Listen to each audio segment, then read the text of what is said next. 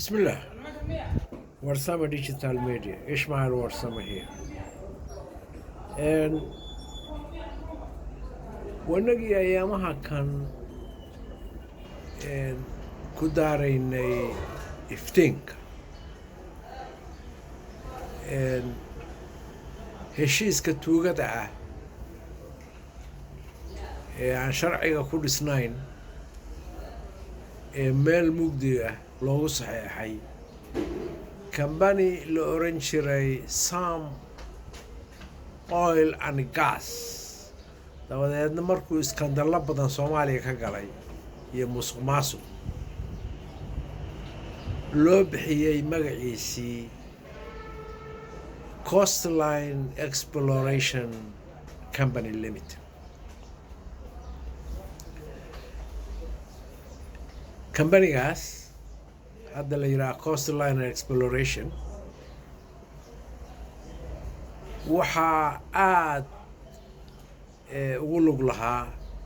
ra'iisul wasaarihii hore Soomaaliya Xasan Cali Khayre oo waliba boardkiisa ka tirsanaa koleyba intuusan noqon ra'iisul wasaare laakiin weli danihiisii ku leh iyo maalgelintiisii dabcan saameynna ku leh iyo madaxweyne Xasan Sheekh oo arrimahaas isaguna wax ka galay waxaa hadda fidaysa oo meel walba yaacaysa xagga baraha bulshada khiyaanadaas qaran oo dhacday ee heshiiskaas lana lagu saxay ee wasiirkii batroolka iyo macaadinta Soomaaliya injineer Cabdirashiid Maxamed Axmed uu saxeexay kuna faanay in heshiiskaas uu soo galay dabadeedna ay dhacday in madaxdii ugu sarreysay ee Soomaaliya ee hadda xilka sii haya ay inkiraan in heshiiskaas uu dhacay ama uu xaaraan yahay oo aan maaragtay la buriyay masalan fiila Soomaaliya waxay sheegtay in heshiiskaas la burburiyay uu wasiirku soo galay ra'iisul wasaaruhu uu yiri sharci kuma fadhiyo heshiiskaas wasiirku soo saxeexay yeelkeeda wasiirkii laftigiisa uu arrintaa ka bacdi hadlay oo uu leeyahay madaxweynuhu Maxamed Cabdullaahi Farmaajo waxbuu ka ogyahay si buuxda heshiiskaas inaan soo saxeexo malaha waxaa qabsatay cadaadis xagga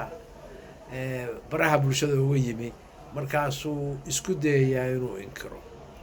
sheekadaasu hadda meel xun bay maraysaa waxaana soo jeedinayaa dadweynaha Soomaaliyeed inay kacaan oo ay iska dhiciyaan dadka maafiyada ah oo raba badahoodii saliidoodii gaaskoodii macaadintoodii inay ka faasaxaan nin kasta oo lacag dambiila wata kambanigaas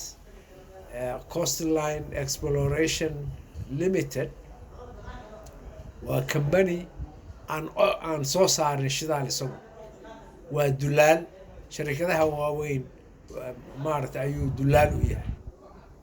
waxna ma soo gelin lacagna isagu ma haysto lacag ay shirkadaha waaweyn oo adduunku siiyaan maahan waa tuugo loo dhisay sideedaba loo dhisay oo loo asaasay in Soomaalida la dhaco maadaama ay dagaal sokeeyo ku jidho aysan dawlad maaragtay aysan lahayn ama hay'ado daciifa jiraaniin